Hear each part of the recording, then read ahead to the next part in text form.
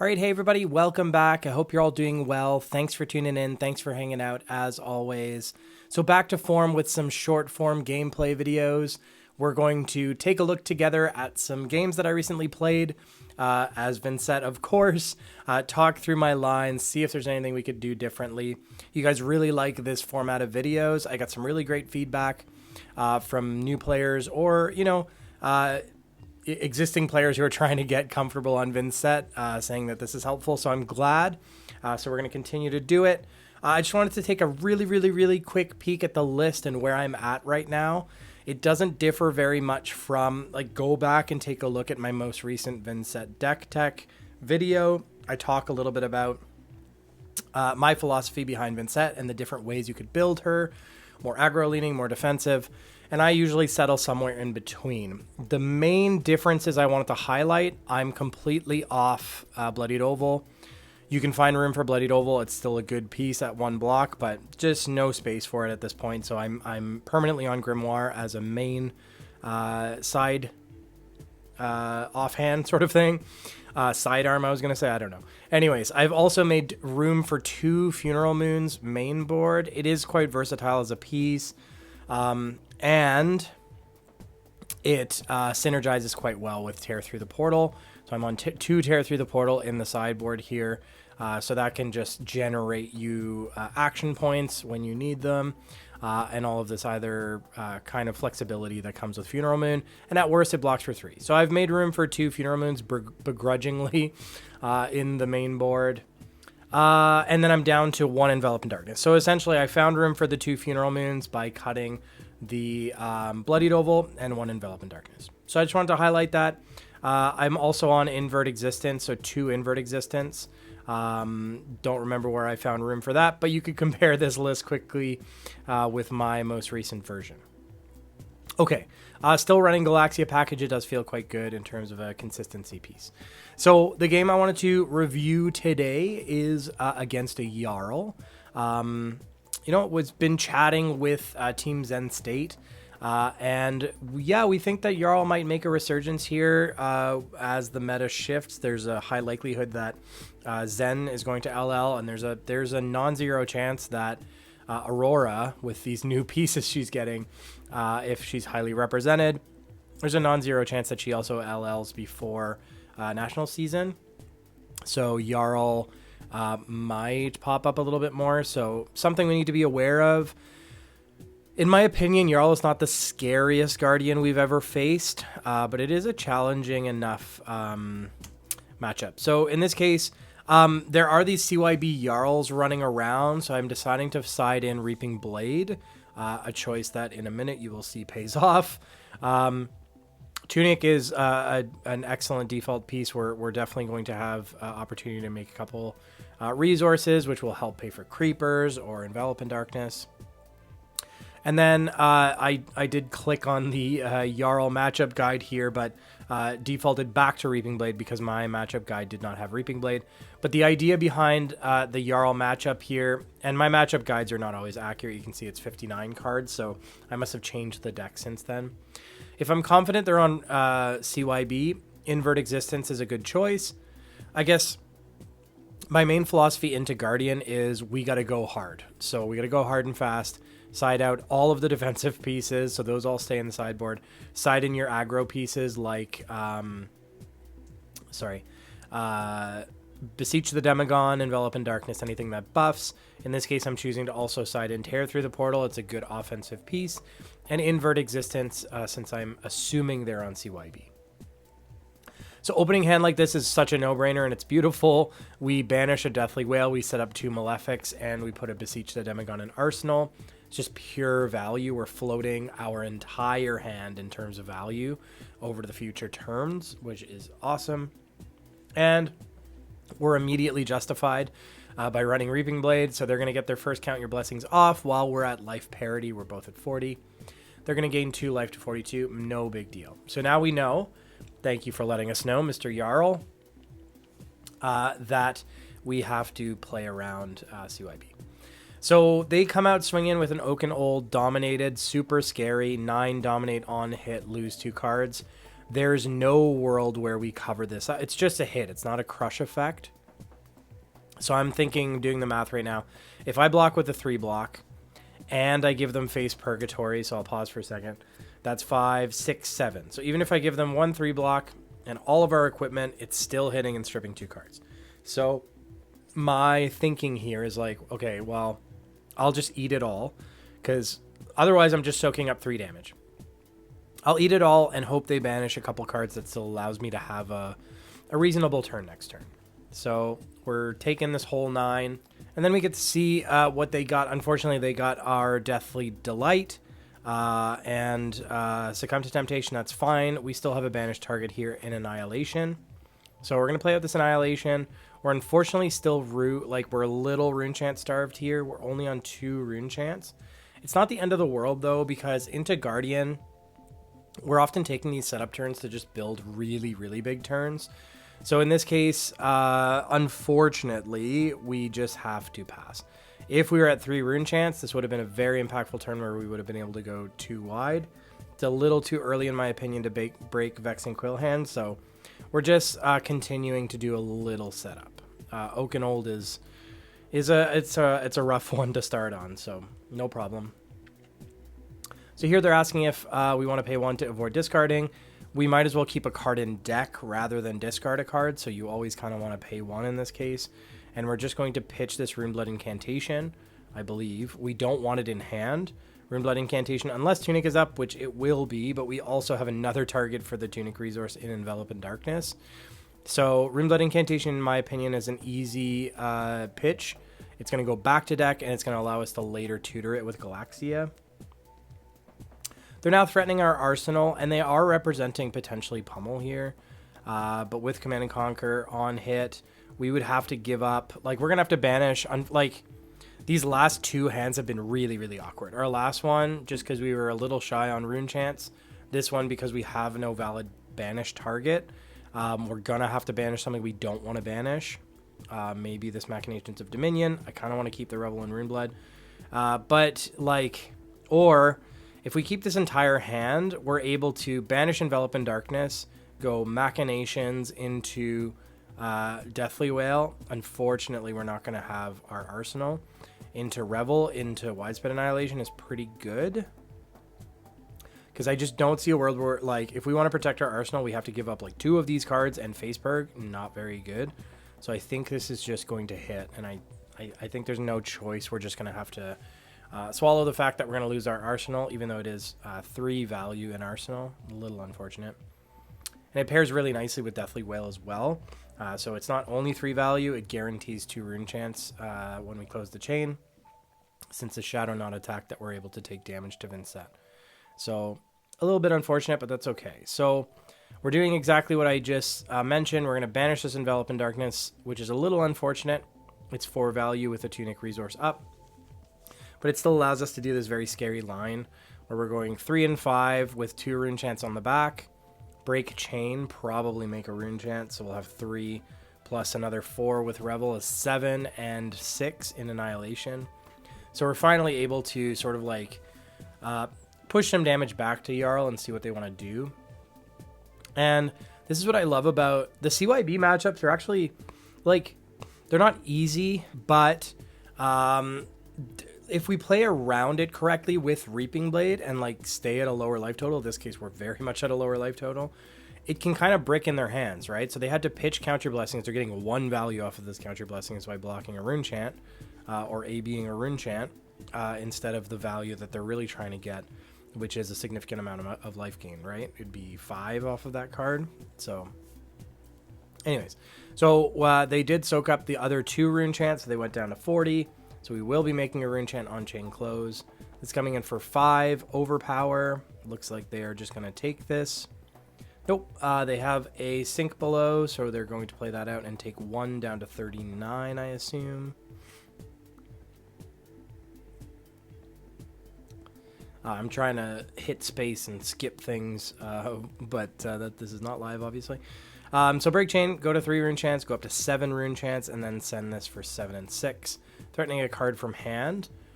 So I'm kind of assuming they'll either pitch 2 blues here, soak up 6, or pitch a blue and block, soak up 6. But either way, they're kind of taking 7 damage here at a minimum. So they're thinking about what that looks like for them. Gonna skip. So they are pitching a blue here to soak up at least 3 rune chance. So 4 left after that. Pitching another blue. So soaking up another 3, keeping those cards in deck. That makes a lot of sense. Now they have no cards in hand, so this Annihilation isn't threatening anything other than 6 damage, which is significant. And then we bring them down, so we were able to push 10 damage on that turn. We just need, 3 and a bit more of those types of turns, and we're good to go. Still 10 life points behind, but that's okay. Okay, we strip their entire hand, and let's see if we can keep the train rolling. So, unfortunately, we can't play this, we're bottomed out on rune chance. So, I guess I'm looking at this widespread ruin and this destruction. I can pitch the destruction to play the ruin. Maybe just arsenal the tear through, and then Funeral Moon becomes our banish target. So there you go. Banish a Funeral Moon.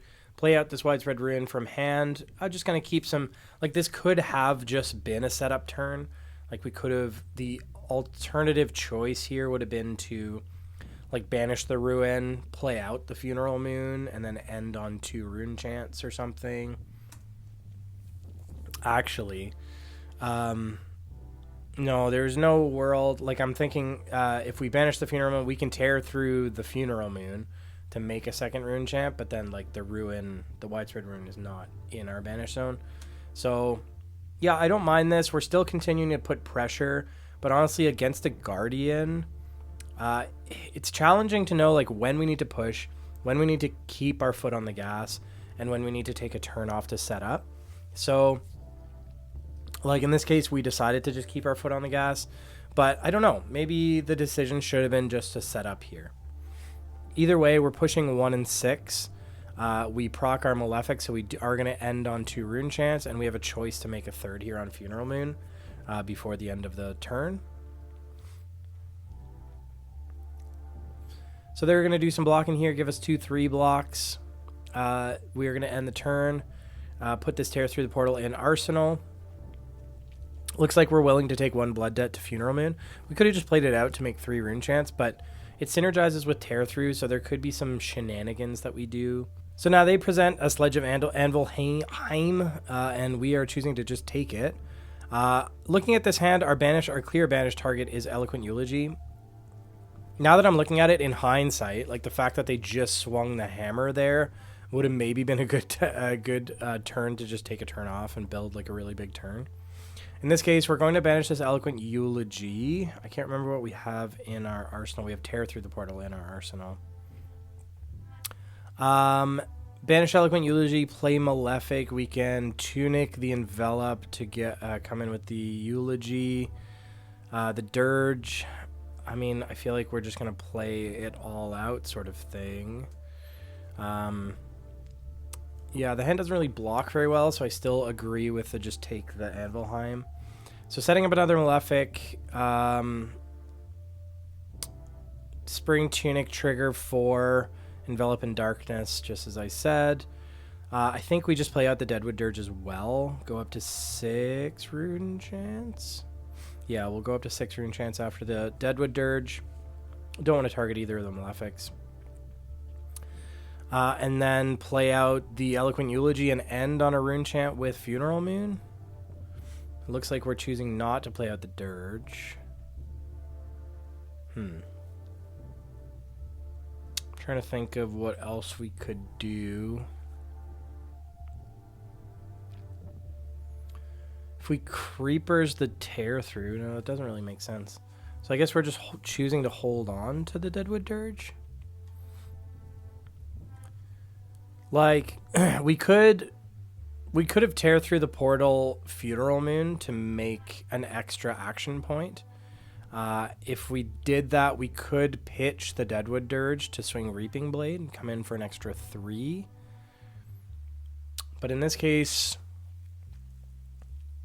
I don't know, this could have been another setup turn. So that I guess I'm not really taking my own advice and just pushing regular turns here into Jarl. I think we could have navigated this game a little bit better.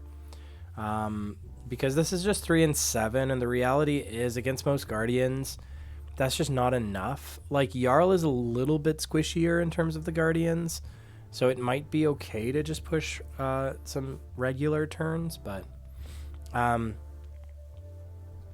don't know. I think there's some missed opportunity here to either follow this up with a Reaping Blade if we did some action point shenanigans with the Funeral Moon. In this case, we're not getting like full value from our hand, right? I don't know why we're holding the Deadwood Dirge back. Oh, I understand now. We're holding the Deadwood Dirge back because we have Eloquence. So we can just Funeral Moon after the fact. It breaks Eloquence. We regain our action point. Play Deadwood Dirge. Or are we just going to pitch the Deadwood Dirge to swing with the Reaping Blade? Yeah, I forgot about the Eloquence on Chain Close from Eloquent Eulogy.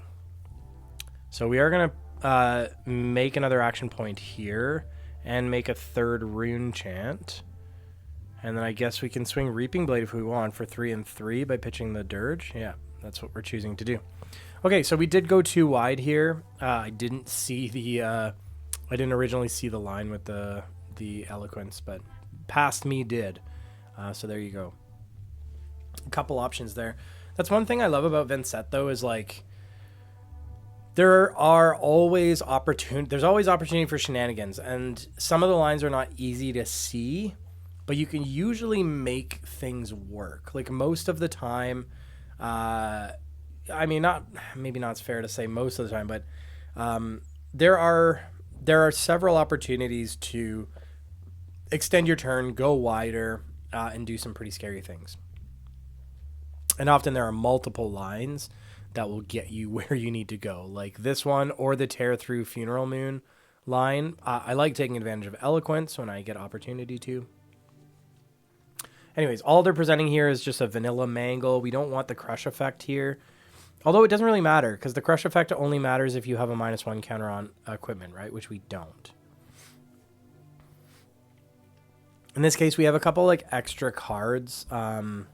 Like I wouldn't mind keeping the Succumb to Temptation and threatening it, but we can just cover this up because we still have the Tear Through the Portal, which is as good as the other Go Again enablers we had in our hand. Basically, we drew into all of the ways to get extra action points in Go Again. In this case, we are just we're just deciding we're going to block out. We're going to do some setup. So set up an Eloquent Eulogy in Banish. And now draw into a new hand. Invert Existence isn't really doing all that much here since we have been able to keep them off of CYB. But it does pay for Phantom Banshee quite nicely. However, Phantom Banshee is our only banished target. So I'm wondering, like, okay, what if we banish the Phantom Banshee? We could pitch to Sonata with Go Again and find a Malefic or find an incantation. Runeblood incantation. Then we can go, I can't remember Tear Through, right. And then there's no way to play out the Phantom Banshee unless I break Quill Hand. So, I don't know. So they're just presenting Hammer here.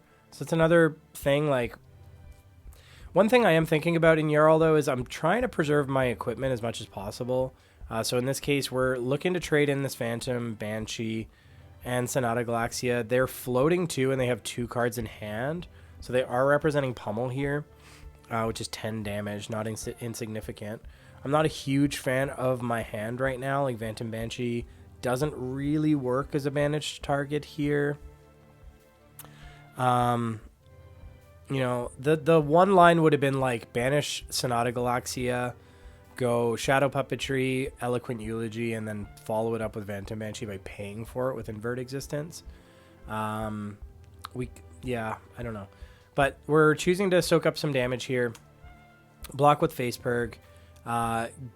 Looks like I undid that block. Redoing the block with Shadow Puppetry. Shadow Puppetry doesn't do anything in this hand anymore because we're not going to be able to go too wide. So favoring instead to hold on to the Sonata Galaxia so that we can do some setup on this next turn. And we drew into a better target, so Phantom Wraith. So with this hand, we could actually go too wide if we wanted to. And it's also hilarious that, so the Face Purgatory trigger, they discarded a Pummel. and they still pummeled us. So they actually had 2 pummels in hand there. That's fine. That's just 3 vanilla damage. We're not worried about that. So no problem at all. So banish Phantom Wraith, and we have some decisions to make. Like, we could, no matter what, we're probably Sonata Galaxia X of 4. So pitching the Invert Existence. We could either go Tear Through into like Phantom Wraith into Reaping Blade, or we can do Tear Through into Eloquent Eulogy into Phantom Wraith with 2 Malefics, like if we search up a Malefic. So there are options here for sure. So playing Sonata Galaxia X of 4, pitching 1 float, choosing to grab the Runeblood Incantation. Yeah, so it kind of depends on our goal here. I wonder if we're going to go Reaping Blade. So we could go Tear Through, Phantom Wraith, Reaping Blade here. Take advantage of that floating resource we have. Or we can also just go Tear Through, Phantom Wraith, Eloquent Eulogy, even with 1 Malefic. Yeah, so several options. I'm looking at Reaping Blade here. So playing the Tear Through to start with, targeting the Phantom Wraith, playing the Phantom Wraith for 2 and 6 go again. Didn't need to take the damage to Vynnset here. We are at 10 to their 23, so yeah, we need to start putting some pressure. We're hopefully going to strip their hand here. We'll see. So now 6 go again. They give us their gauntlets for 2.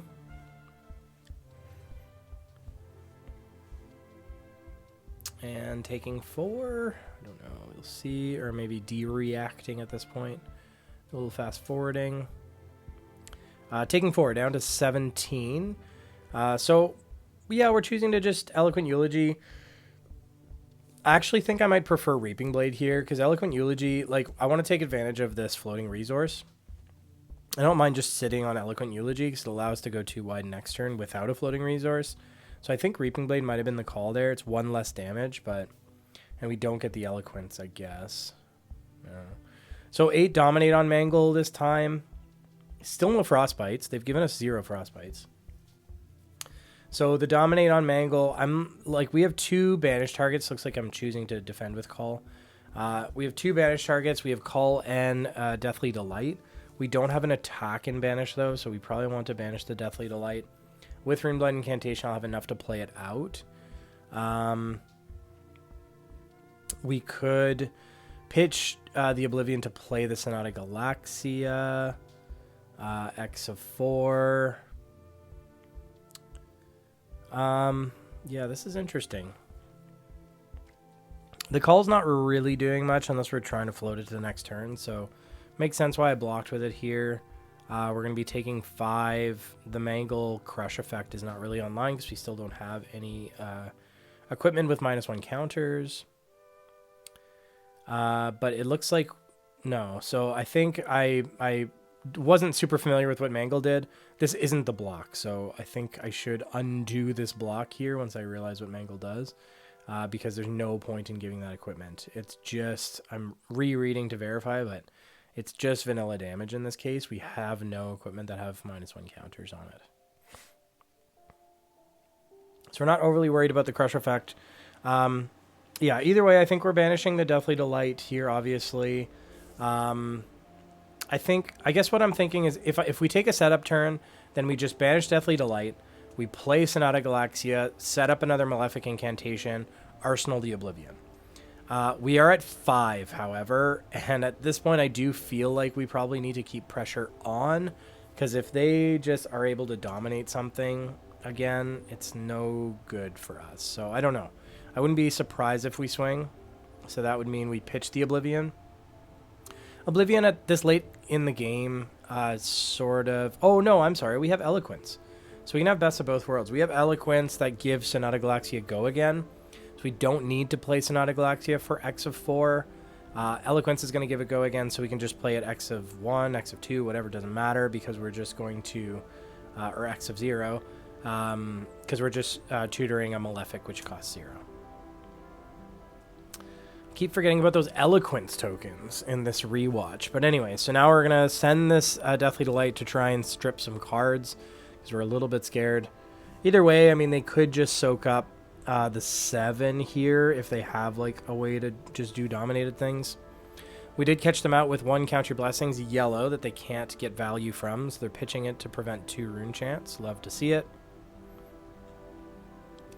And then we'll see what they do with the physical damage. So we'll do a little fast forwarding. Malefic on the stack, so 5 damage. They are blocking for 3. Taking 2 to 13, and then we'll gain 1 to 6. Yeah, so 13 to 6. Sitting on the Oblivion, see if it plays a role here. We are on 2 Rune Chants. And the way I look at this is we're actually we're on 4, actually. Because we're on 2 Rune Chants, but when we swing, Malefic's going to trigger. And when we banish at the beginning of our turn, we're going to be on 4. So if we break Vexing Quillhand, we can get up to 6 for Oblivion here. And late game, that's pretty nice. So it looks like... yeah, the cull doesn't really make sense here. I'm just trying to like preserve life. So we're blocking with our extra Rune Gate card. We're blocking with a cull. And we're just going to banish this Phantom Wraith. We don't even need to pop Vexing Quillhand because we have Deadwood Dirge. I just noticed that. So banish, go to 4 Rune Chants with Incantation Rune and the 2 we had before. And Dirge is just going to bring us to 6, so we can just play Demon right away. And I think I choose to swing the Wraith for 6 and 6 and choose not to take the Blood Debt. However... now that I'm thinking about it, like Nazareth might have been the better swing because it just floats our Rune Chance to the next turn.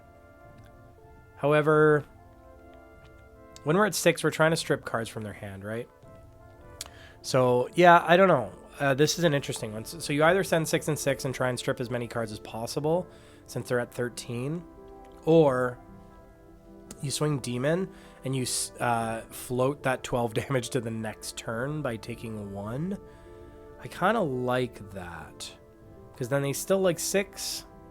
The concern is like they just soak the 6 and then come at us with something crazy like a dominated something that they can pummel. But luckily they're clumping into their Counter Blessings, another Counter Blessing yellow, which they're only getting 2 value from by A being Rune Chants. They take the rest of the Rune Chants down to 9. Now they're staring down 6. They do still have some equipment block. They can give us Crown of Providence. I don't remember if Gauntlet blocks for another 1. Is it 2 Battle Worn or 2 Blade Break?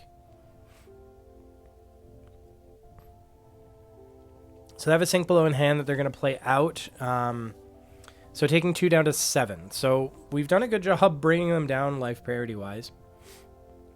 Incantation's going to trigger at the beginning of the turn and start us on 3 Rune Chants. They now have Nazareth that they need to be a little concerned about.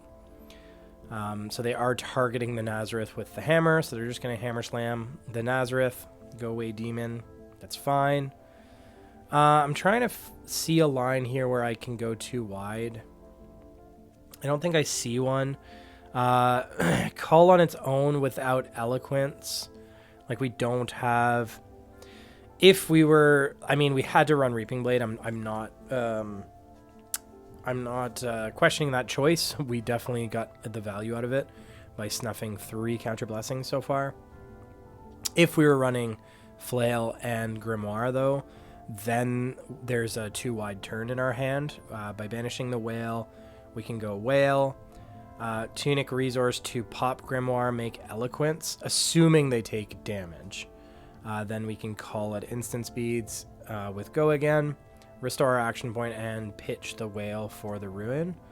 But we don't have an obvious... Wait, what am I... Yeah, I mean, we can call... No, we still need a way to get our action points. So there's no, like, too easy way to get 2 action points here. The other thing is, like, we just call, and then we get the Widespread Ruin and Banish. But we still need a way to restore our action point.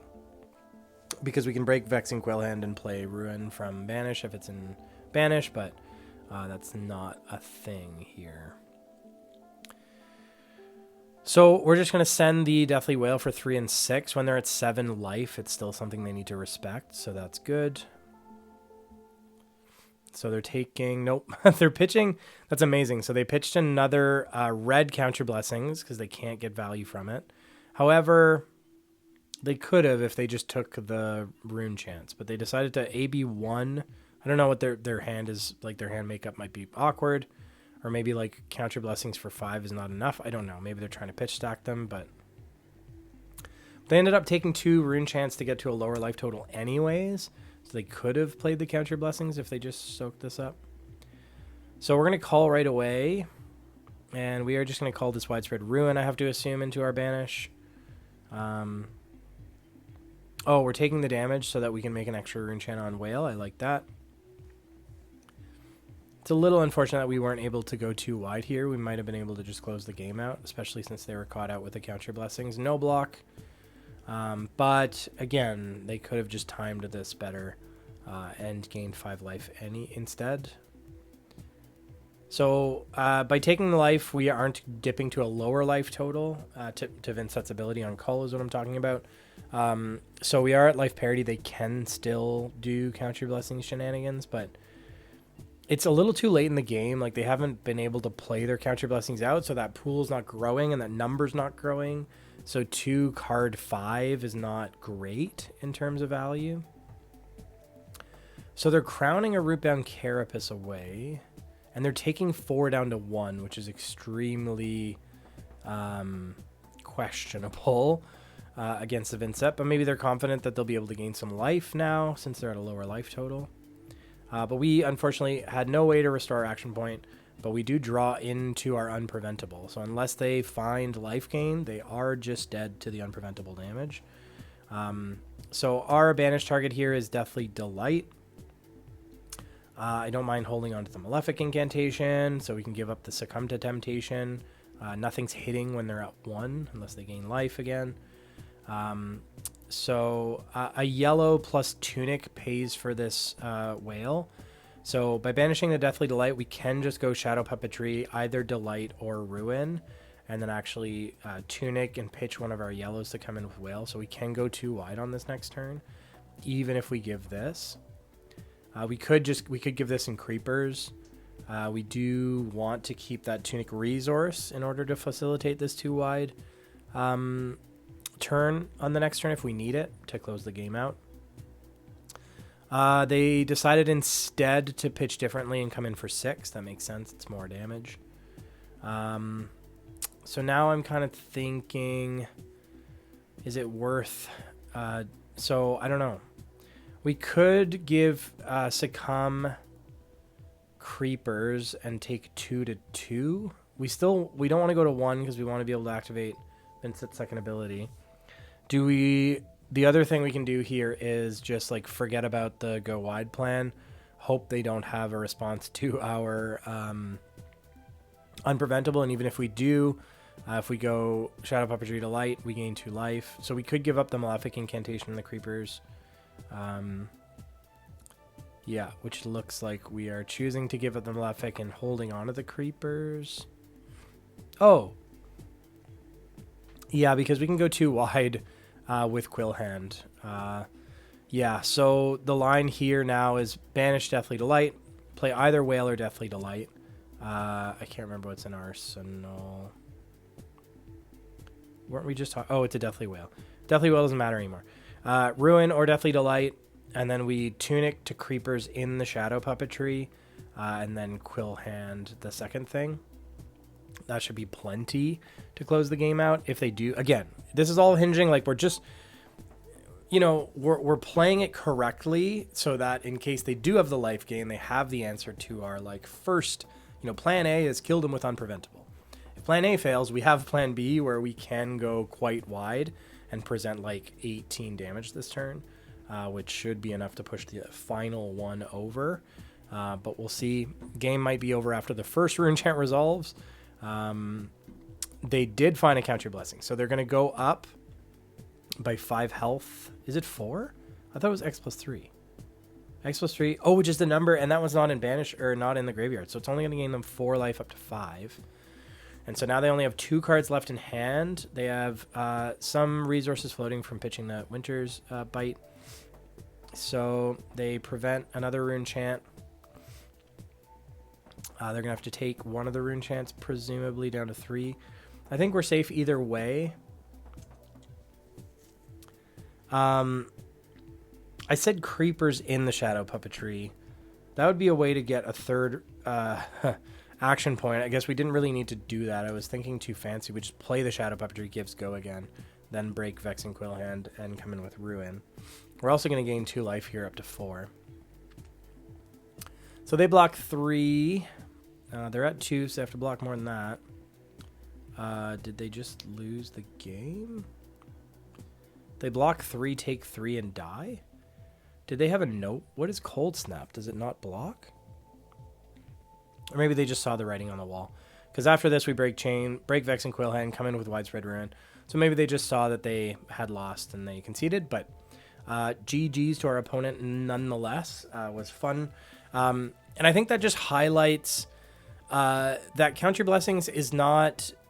Like, if you play, like, Reaping Blade is such a good resource against Counter Blessings. So if you navigate it correctly, manage your life total to make it awkward for your opponent when they do draw their Counter Blessings. I actually think it's a fun matchup. Any game or any hero that's on Counter Blessings, it's sort of just like a fun puzzle to sort of navigate. So we got there in the end. We had a couple awkward turns. There were definitely a couple things that we could have played differently. There was some, it's really valuable to have a solid game plan. And so like knowing when to set up, knowing when to push damage, there was a couple decisions that we could have done differently there, but nonetheless, it was a lot of fun to watch that back. Hopefully you guys enjoyed that. I got to get some more games into Jarl to really shore up that matchup and figure out what my game plan is solid into that, whether they're running Counter Blessings or not. But anyways, hope you enjoyed that. Thanks so much for watching as always, and we'll chat real soon. Cheers.